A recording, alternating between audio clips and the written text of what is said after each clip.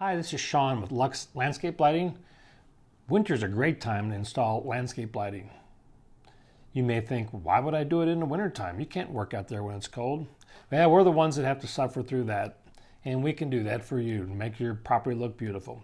But just think of the wintertime. We've got short days, the sun comes up late, goes down early, a lot of darkness. So doing lighting in the wintertime can improve your spirits and improve your mood. And for us, it's a great time because you don't have to wait forever for us to come out and do the work. We're not usually too busy in the winter time.